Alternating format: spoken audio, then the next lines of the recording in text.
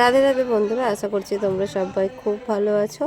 আমিও অনেক ভালো আছি। যেহেতু আমি বৃন্দাবন পরিক্রমা করছি, সেহেতু মন ভরে আনন্দে উৎফুল্ল হয়ে যাচ্ছে। তো চলো, যাই হোক, বেশি কথা বলবো না। সকালবেলা একদম ভোরবেলা 5টাতে রেডি হয়ে বের হয়ে গেলাম, বাসে বসে পড়লাম। নিশ্চয়ই তোমরা ভাবছো যে 5টার সময় রেডি হয়ে বাসে বসে পড়লো। এখানে লোক রাত 1:30টা থেকে স্নান করতে আর বাথরুমে যেতে শুরু করে। সেটা তো তোমাদেরকে দেখানোই হয়নি। পরের বছর যখন যাব তখন কিন্তু এটা অবশ্যই আমি তোমাদের সঙ্গে শেয়ার করব। লোক ভোর 1:30 থেকে উঠেই বাথরুম স্নান সব সেরে রেডি হয়ে নেয়, কেননা এখানে প্রচুর লাইন পড়ে। চলো, যাই হোক, বাসে বসে পড়েছি, একদম সব কিছু উপভোগ করতে করতে চলে যাচ্ছি। এখানে ময়ূরও দেখেছি অনেক, কিন্তু একটাই দুর্ভাগ্যের বিষয়, আমি দেখতে পাইনি, সবাই দেখেছে। যাই হোক, চলো, এখানে আমাদের বাস থেমে গেল। আমাদের 11টা বাস ছিল, 11টা বাসে সবাই আমরা গেছি মজা করতে ঘুরতে। সেটা হলো আজকে বৃন্দাবনের দূরে দূরে যেগুলো আছে সেই পরিক্রমাগুলো আমরা করব বলে বেরিয়ে গেছি। এখন চলে এসেছি, এটা হচ্ছে মানে কি বলবো, শ্রীকৃষ্ণ তার সখাদের নিয়ে, সুদাম, বসুদাম, বলরাম, ঠিক আছে, সবাইকে নিয়ে এখানে যখন খেলতে খেলতে, গরু চড়াতে চড়াতে সে যখন ক্লান্ত হয়ে যেত, তখন এখানে তারা খাবার খেত আর খেলা করত। এই হচ্ছে সেই জায়গা। তো এখানে কোন পুকুরের জল তারা খেত বা কোথায় বসে তারা খেলা করত, কোথায় বসে বিশ্রাম নিত, তোমাদেরকে আজকে পুরো জায়গাটা ঘুরিয়ে দেখাবো। এখানে এসে মহারাজরা কিন্তু সমস্ত কথা কিন্তু এখানে আমাদেরকে শ্রবণ করাচ্ছে, যে এখানে কিভাবে তারা খেলতো, খেত, সব কিছুই। আর সেটাও তোমাদেরকে আমি নেক্সট ভিডিওতে অবশ্যই শোনাবো। যেহেতু আমরা শুনেছি, তোমাদেরও শোনা কিন্তু অবশ্যই কর্তব্য।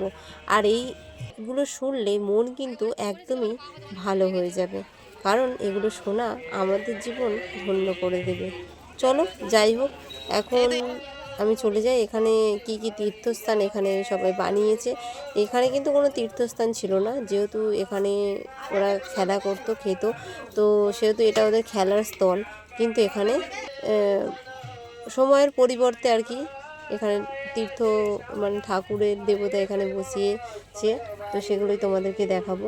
এটা হচ্ছে একটা মানে কি বলবো, প্রভুপাদের সমাধি। এখানে যে জায়গাটা, যার জায়গা এটা, তানার সমাধি এখানে দেওয়া হয়েছে, সেই গুরুদেবের সমাধি এখানে দেওয়া হয়েছে। তো চলো, এখন চলে যাই অন্য আরেক জায়গায়, দিয়ে এখানে কি আছে দেখবো। তো তার আগে বলি, এখানে এত লোকের ভিড় কেন, কারণ এই যে তো তারপর এখানে ময়ূর তো দেখতেই পেলাম না, সবাই হুড়োহুড়ি করছিল ময়ূর দেখার জন্য, আমি তো দেখতেই পাইনি।